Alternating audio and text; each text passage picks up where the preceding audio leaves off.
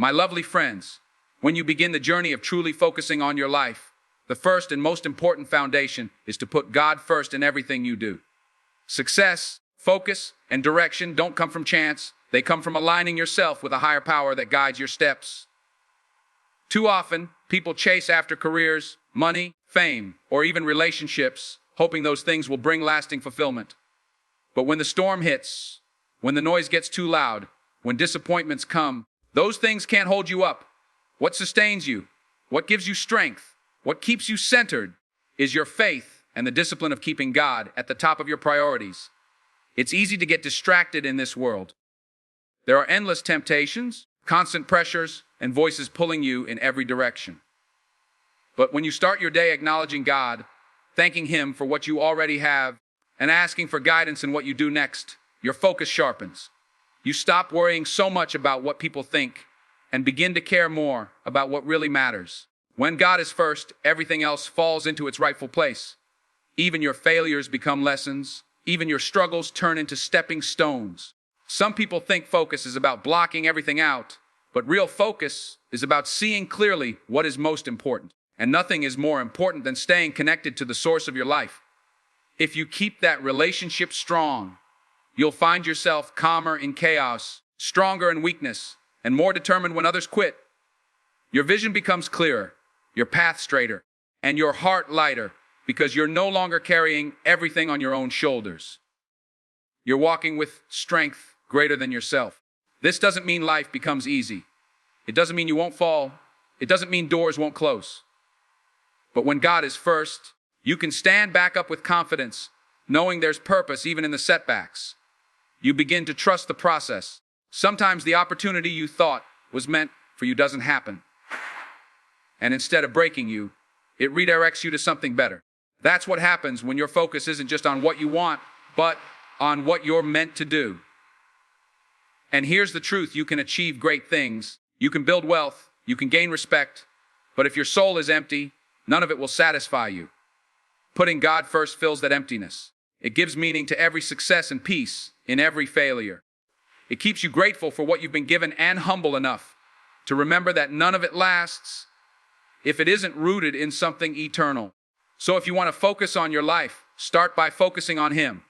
Let Him guide your thoughts, your actions, your decisions. Before you pick up your phone in the morning, whisper a prayer of gratitude. Before you step into that meeting, ask for clarity. Before you make that big decision, seek wisdom that goes beyond your own understanding. It may sound simple, but that's the point. Greatness is built on simple, consistent choices done with faith. Because when you put God first, you'll find that everything else you've been chasing doesn't just disappear. It comes in alignment. The opportunities will meet you at the right time. The relationships will strengthen, and the distractions will lose their grip. That's real focus. Not just on achieving more, but on becoming more. Put God first, and everything else will follow. Focus is not something that just happens by accident. It's not something you stumble into one day, and suddenly everything becomes clear. Focus is the result of discipline, and discipline is what separates those who dream from those who actually achieve. Every day, life throws distractions at you: social media, endless notifications, unnecessary drama, the voices of people telling you what you can't do. If you don't take control of your attention will be taken from you. That's why discipline matters. It's the shield that protects your vision from being stolen by distractions. When you decide to discipline your mind, you're training it to say no to what doesn't serve your purpose. And saying no is one of the hardest things in the world. It's easy to say yes. It's easy to go along with the crowd, to follow the noise, to chase whatever feels good in the moment. But if you always choose easy, you'll always stay average. Discipline is hard, but discipline is where growth lies. It's the decision to wake up early even when you're tired, to stay focused on your work when you'd rather scroll, to choose the long-term reward over the short-term pleasure. Discipline also brings clarity. When you cut away distractions, you see more clearly where you're heading. You're not pulled in 20 directions anymore. You're aligned with your purpose. And when you're aligned, your energy is no longer wasted. You stop pouring yourself into things that don't matter, and you start pouring yourself into the things that will move your life forward. That's how you build momentum. That's how focus strengthens. Think about this. Discipline is freedom. It might sound like the opposite, but it's the truth. When you discipline yourself to manage your time, your energy, your habits, you free yourself from being controlled by laziness, by temptation, by distraction. You're no longer a prisoner of your impulses. You become the master of them. That's when real freedom begins. Because you're not just reacting to life, you're directing it. But don't confuse discipline with perfection. Discipline doesn't mean you'll never fall short. It doesn't mean you won't slip up or get distracted sometimes. What it does mean is that you always return. You return to your vision, you return to your priorities, you return to the path, even when you've wandered. That's what makes the difference. The one who lacks discipline gives up the moment things get hard. The one who has discipline stumbles, but stands up and keeps moving. That consistency compounds, and over time, it shapes who you become. There will always be distractions, always something trying to pull you off course. But if your discipline is strong, you won't be shaken so easily. You'll know when to close the door, when to shut off the noise, when to walk away from conversations that waste your time. You'll know how to protect your peace and your purpose. That's the discipline that creates true focus, the discipline of guarding what matters most. And here's the promise: if you can master your discipline, your focus will sharpen, and when your focus sharpens, your life will transform. Because whatever you focus on consistently grows. If you focus on your weaknesses, they'll multiply. If you focus on your excuses, they'll define you. But if you focus with discipline on your purpose, on your gifts, on your growth, you will rise. Discipline is the price of focus, and focus is the pathway to greatness. When we talk about focus and growth, one truth we cannot ignore is that failure will come. No matter how talented you are, no matter how prepared you think you may be, life will test you. You will stumble, you will fall, and sometimes the ground will feel like the only place you belong. But here's the difference. Some people fall backward, and they let that fall become their final story. Others choose to fall forward, to let their failures push them closer to the vision God placed in their heart. That's the mindset that changes everything. Falling forward means understanding that mistakes are not the end. They are instructions. They are lessons carved into your journey that shape your character, sharpen your focus, and prepare you for what's next. Too many people see failure as proof they're not good enough. They let one rejection, one closed door, one setback define them. But failure is not the evidence of weakness. It's the evidence that you were brave enough to try. It's the sign that you had the courage to step out of your comfort zone and pursue something bigger than yourself. And when you fall forward, you use that very experience to fuel your growth. Think about it. Every successful person you admire, every leader, every innovator, every great story of triumph is filled with chapters of failure. Not one of them made it without scars. The question is not whether you will fall. The question is which way will you fall? If you fall backward, you're running from growth. But if you fall forward, you're falling into progress. Every bruise, every scar, every wound becomes a reminder that you didn't give up, that you chose to move closer, even in pain. Falling forward also teaches humility. It keeps you grounded. It reminds you that no matter how strong you think you are still human, you are still learning. And in that humility, you grow. You become more compassionate, more resilient, more determined. You stop chasing the illusion of perfection and instead embrace the process of progress. That process is messy, it's uncomfortable, but it's real. And it's in that reality that transformation happens.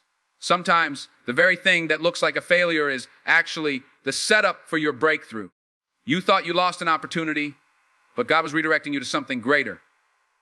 You thought you wasted years, but those years were building wisdom inside of you that no classroom could ever teach. You thought you fell too far, but that fall broke the pride that was holding you back from true growth. Falling forward is not just about getting back up. It's about rising stronger than before because you see the purpose in your pain. And let's be honest, falling doesn't feel good. Nobody wants to stumble. Nobody wants to hear no. Nobody wants to experience doors slamming in their face. But if you can learn to shift your perspective, if you can see rejection as redirection, if you can see failure as feedback, then every fall becomes a step closer to the life you're meant to live. That's the mindset of focus. Not avoiding failure, but using it. So don't be afraid to fall. Don't let the fear of failure stop you from moving forward. If you've got to fall, fall forward. Because even when you hit the ground, you're still further ahead than the one who never tried.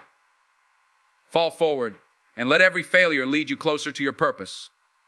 Success doesn't happen by chance. It doesn't fall into your lap because you wished for it or because you repeated positive words to yourself. Success is the result of preparation meeting opportunity, and preparation is often the part nobody sees. It's the hours in the dark when no one is applauding you, the sacrifices you make when others are enjoying themselves, the persistence to keep going when results are not showing yet. That is the price of focus, and that is where the real work is done. You can pray for doors to open, but if you are not prepared when they open, they will close just as quickly. That's why preparation is an act of faith. It's saying, I believe the opportunity is coming, and I'll be ready for it when it arrives. Some people wait until the opportunity shows up to start preparing, but by then it's too late. Preparation must become your lifestyle. It's not about being lucky, it's about being ready. Hard work is not glamorous. It's repetitive, it's lonely, and sometimes it feels like no one notices. But every moment you put in effort, every time you choose consistency over comfort, you are building something inside of you that cannot be shaken. You are sharpening your skills, strengthening your discipline, and proving to yourself that you have what it takes to endure. That's why preparation is powerful. It changes you long before it changes your circumstances.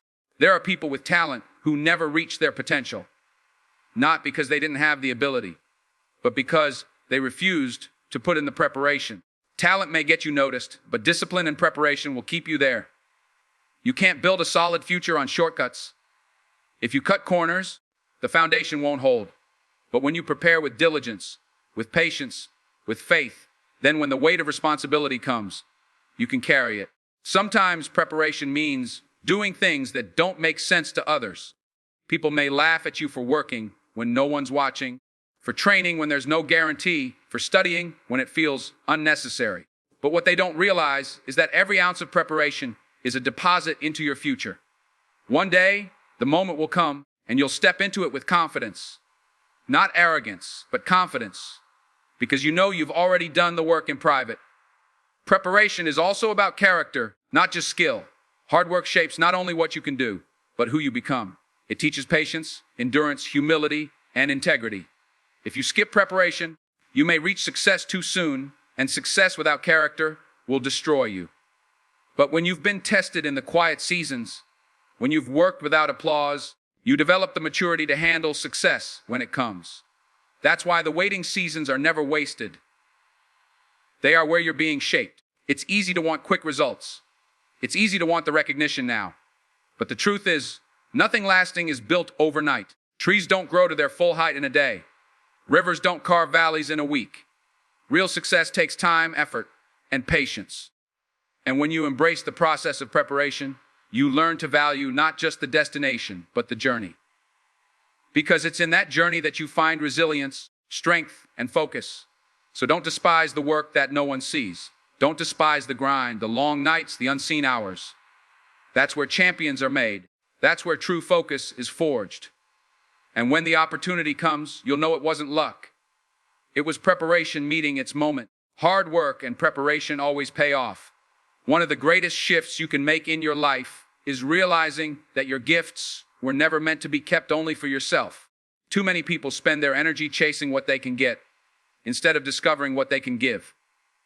But true fulfillment, real purpose, comes when you take the talents, the skills, the blessings God placed inside of you and use them to serve others.